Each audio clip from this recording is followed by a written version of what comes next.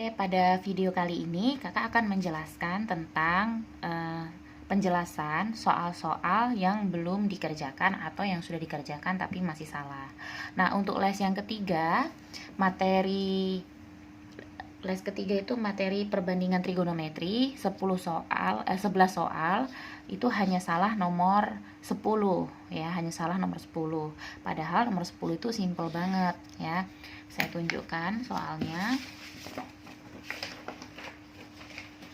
Ini soalnya nomor 10. Diketahui segitiga ABC siku-siku di B. Jika diketahui panjang AB 12 cm dan cos A 3/4, maka panjang sisi AC gitu ya. Jadi sebenarnya simple banget. Caranya gini aja. Jadi digambar dulu segitiganya ABC ya. Nah, karena dia bilang siku-siku di B, maka letakkan B di sini. A atau C-nya bebas ya, bisa di sini atau di sini. Nah, jika diketahui panjang AB 12 terus cos A 3/4, berarti dari sini kita bekerja dari cos A 3/4 ini, maka panjang AC saya simbolkan dengan X yang ditanyakan. Nah, setelah itu karena diketahui cos A, maka kita bekerja dari cos A. Berarti ini ya sudutnya. Cos A berarti rumusnya kalau di perbandingan trigonometri kan samping per miring, samping sudut A. Nah, samping sudut A apa? 12 kan? Per miring. Miringnya itu yang ini kan, depan sudut siku-siku belum diketahui yaitu X. Sedangkan cos A sudah diketahui nilainya, yaitu 3/4. Maka cos A kita ganti 3/4, lalu samping per miring 12 per X, tinggal kita kali silang ya. Setelah dikali silang, diperoleh X-nya adalah 16. Seperti itu. Nah, kalau untuk les yang keempat, itu sudah saya periksa juga. Masih salah beberapa, sebenarnya bukan salah sih, hanya kayak salah hitung begitu saja ya, dan salah meletakkan ukuran seperti itu. Nah, kita lihat les yang keempat tentang aturan sinus, kosinus, dan luas segitiga. Salah di nomor 1, 4, 6, dan 10 ya. Oke, kalau nomor 6 kayaknya atau 4 kan memang belum ya sama nomor 10. Pokoknya yang saya bahas adalah 1, 4, 6, dan 10. Dan ini memang soal-soal ujian, soal-soal latihan ya. Nah, untuk les yang keempat, yang nomor 1, seperti ini soalnya. Padahal simple banget sebenarnya ya.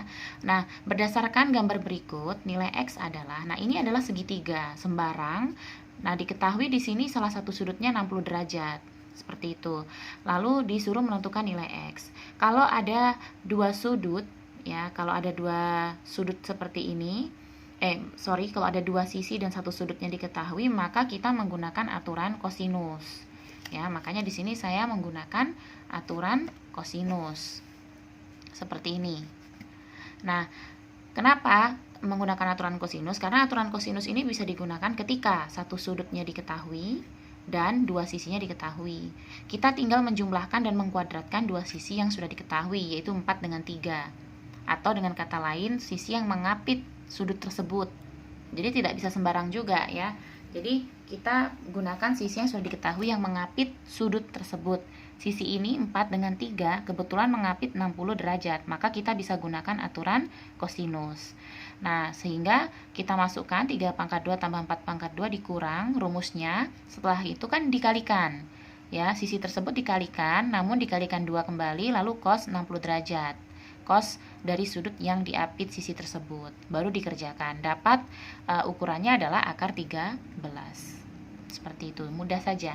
Nah, yang nomor 4, soalnya di sini nomor 4 ini, nilai sinus sudut terkecil dari segitiga yang panjangnya 5, 6, dan akar 21.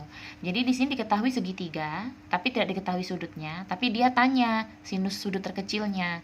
Nah, kita gambar segitiganya dulu seperti ini. Segitiga sembarang saja, dikasih ukuran, dikira-kira saja, 5, 6, akar 21. Masalahnya, dari segitiga itu kita nggak tahu mana sih sudut terkecil, mana sih sudut terbesar. Gampang, cara menentukan mana sudut terkecil selalu berada di depan sisi yang paling pendek. Jadi, akar 21, 6, dan 5 yang paling pendek itu adalah akar 21. Bagaimana caranya kita tahu dia paling pendek? Kita tinggal lihat aja. Kalau ini akar 21, 6 itu kan sama saja seperti akar 36. 5 itu sama seperti akar 25. Maka yang paling kecil jelas akar 21. Sisi ini paling kecil, maka sudut yang berada depan sisi ini yaitu ini kan. Nah, jadi kita sudah tahu posisi yang paling kecil, yaitu yang ini. Cuma dia berapa nilai sinusnya, gitu. Jadi kalau ada soal seperti ini, kita tentukan dulu mana sudutnya. Setelah kita temukan sudutnya, oh yang ini, baru kita cari berapa nilai sinusnya. Bisa juga yang ditanyakan kosinusnya. Jadi macam-macam ya. Dia tanyanya tadi sinus. Nah, sementara itu, karena yang ditanyakan sinus bukan berarti kita langsung menggunakan rumus aturan sinus, tidak. Kita lihat dulu apa yang diketahui dari soal. Soal ini sama sekali tidak diketahui besar sudutnya. Sementara kalau kita menggunakan aturan sinus, paling tidak kita tahu satu sudut, gitu kan. Nah, jadi di sini digunakan aturan kosinus. Nah, pakai aturan kosinus kita juga tidak tahu berapa sudutnya, tapi memang di rumus aturan kosinus hanya melibatkan satu sudut. Kalau di aturan sinus kita melibatkan dua sudut, gitu kan. Jadi kita pakai aturan kosinus yang melibatkan satu sudut. Nah, sekarang yang mau kita cari adalah yang ini, alfa. Maka yang kita kalikan dan kita tambah itu sisi yang mengapit sudut alfa ini, yaitu 5 dan 6. Maka seperti ini, 5 pangkat 2 tambah 6 pangkat 2 kurang 5 dan 6 dikalikan 2, lalu kosinus dari sudut yang diapit, yaitu sudut alfa. Nah, ini adalah rumus untuk mencari apa? Untuk mencari panjang sisi yang berada di depan sudut yang diapit itu kan, alfa akar 21, tapi dipangkatkan 2. Mungkin untuk lebih jelasnya, sembari melihat ini, kalian lihat dulu rumus kosinus yang kemarin di materinya ya. Nah, setelah itu dikerjakan, tetap cos alfa seperti ini, karena memang belum diketahui. Nah, nanti di sini min 60 cos alfa ini pindah ruas menjadi 60 cos alfa ya. Lalu 61 ini 21 pindah jadi dikurang 21. Demikian. Nah, kalau sudah dapat kalau pakai aturan kosinus pasti ujung-ujungnya dapatnya cos alfa. Sementara kita butuh sinus alfa ya kan. Sinus sudut terkecil. Sudut terkecilnya adalah yang ini kan tadi. Maka kita tinggal gambar segitiga ulang ya, segitiga siku-siku. Inilah konsep perbandingan trigonometri. Perbandingan trigononya di sini nih. Ketika kosinus alfa diketahui, kita dapat mencari sinusnya, sinus alfa dengan cara perbandingan trigonometri. Ya, ini perbandingan trigonometri. Nah, kalau cos alfa itu kan rumusnya adalah samping per miring. Alfanya misal di sini. Mau letakkan alfa di sini juga boleh, gitu ya, nggak masalah.